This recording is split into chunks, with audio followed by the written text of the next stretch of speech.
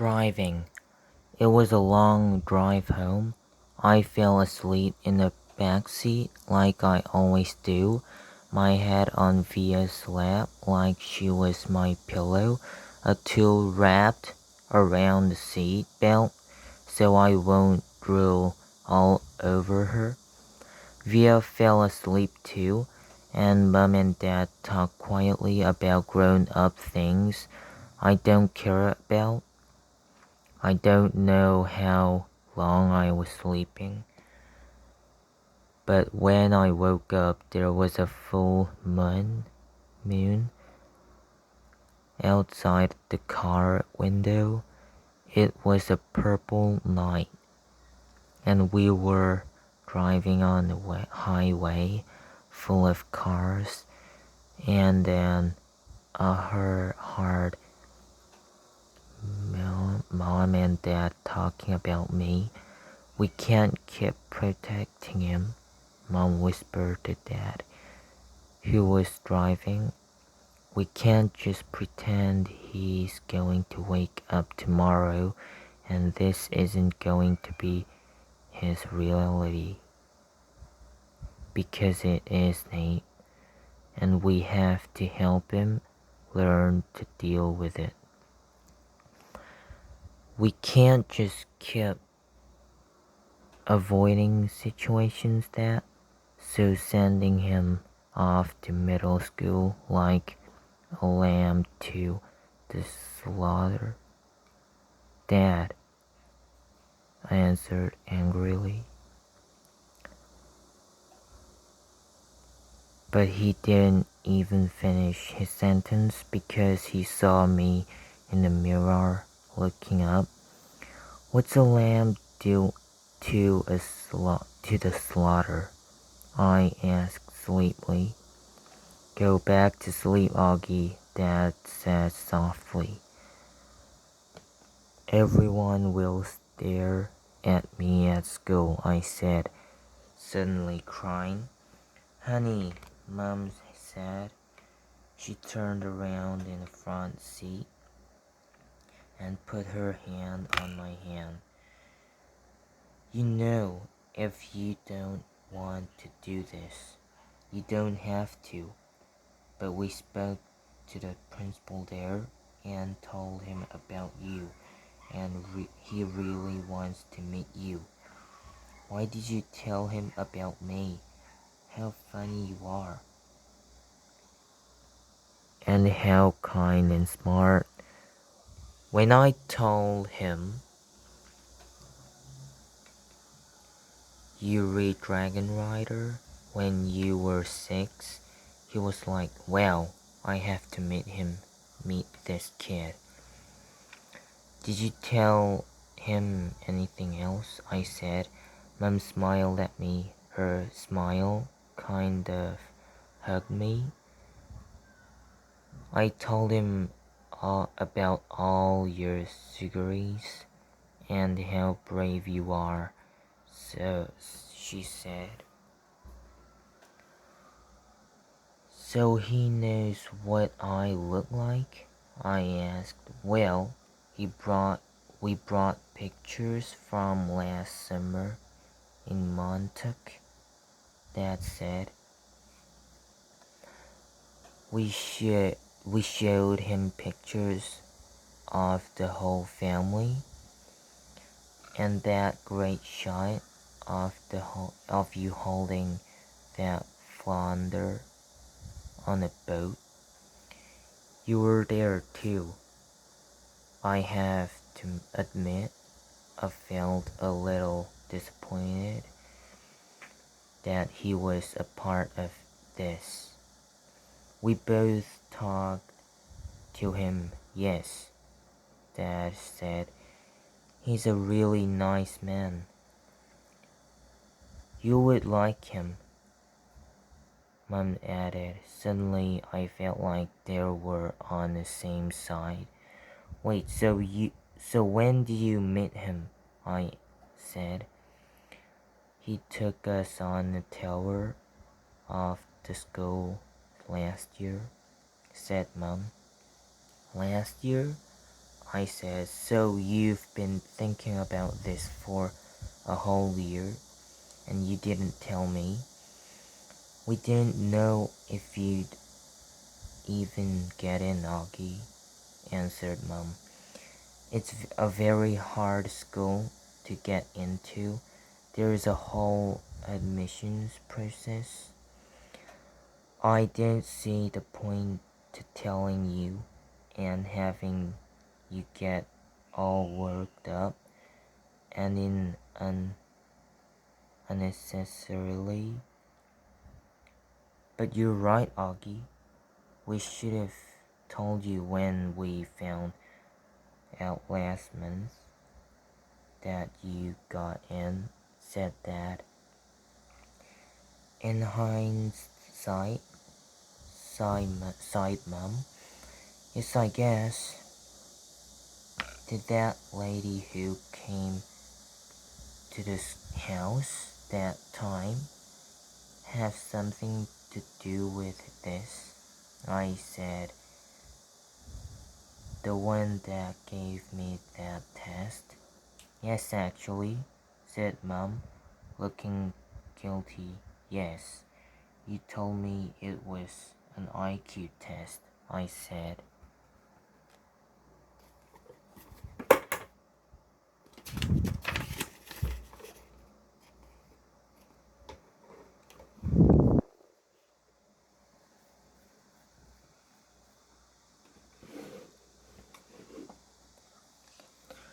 I know well, that was a white lie, she answered. It was a test you need to take to get into the school. You did very well on it, by the way. So you lied, I said. A white lie, but yes, sorry, she said, trying to smile, but when I didn't smile back, she turned around in her seat and faced forward. What's a lamb to get to the slaughter? I said. Mum sighed and gave Daddy a look. I shouldn't have said that, Dad said, looking at me in the review mirror. It's not true. Here's the thing, Mommy and I love you so much. We want to protect you anyway we can. It's just sometimes we want to do it in different ways. I don't want to go to school, I answered, folding my arms. It would be good for you, Augie, said Mum. Maybe I'll go next year, I answered, looking out the window. This year would be better, Augie, said Mum. You know why? Because you'll be going into 5th grade, and that's the first year of middle school for everyone. You won't be only new kid. I'll be only kid who looks like me, I said.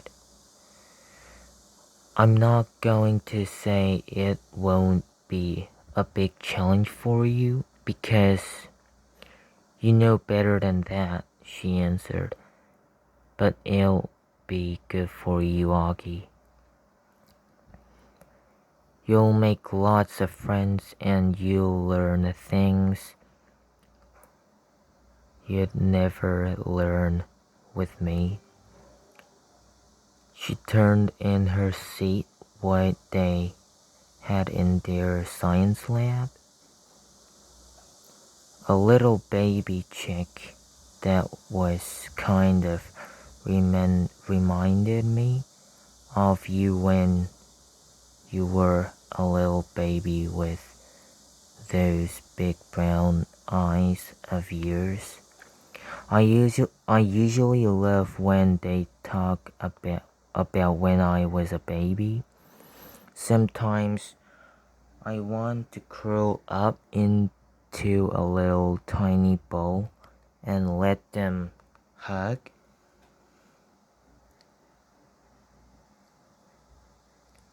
and me and kiss me all over. I miss being baby, not knowing stuff, but I wasn't in a mood for that now. I don't want to go, I said. How about this? Can you at least meet Mr. Tushman before making up your mind? Mom said. Mr. Tushman? I said. He's the principal, answered Mom. Mr. Tushman? I repeat. I know, right? Dad answered, smiling and looking at me in a review mirror. Can you believe that name, Augie? I mean, who on earth would ever agree to have a name like Mr. Tushman? I smiled even though I didn't want to let him see me smile. Dad was the only person in the world who could make me laugh, no matter how much I didn't want to laugh. Dad always made everyone laugh. Augie, you know, Mom should go to that school just so you can hear his name said over the loudspeaker. Dad said excitedly. Can you imagine how funny that would be?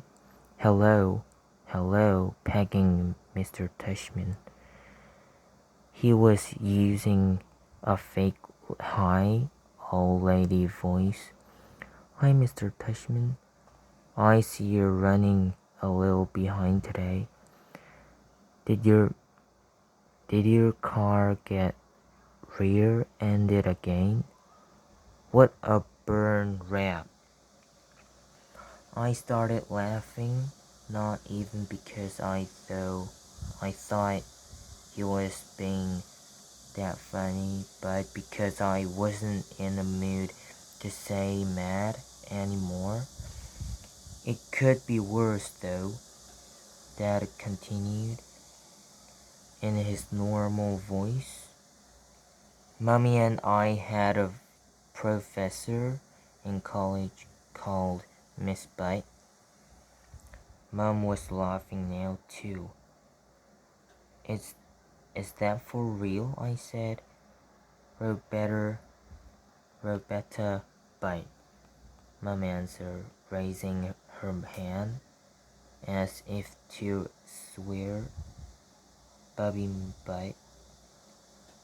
She had huge cheeks, said Dad. Nate, said Mom.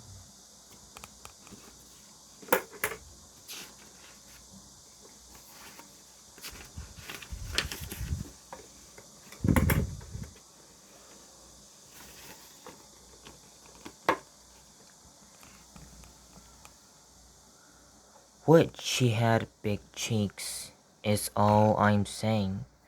Mom laughed at shock her head at the same time. Hey, I know, said Dad excitedly. Let's fix them up on a blind date. Can you imagine Miss Butt meet Mr. Tushman? Mr. Tushman hears Miss Butt. They could get married and have a bunch of little tushies. Poor Mr. Tushman, answered Mom, shaking her head. Augie hasn't even met the man yet, Nate. Who's Mr. Tushman? Via said groggily. She had just woken up.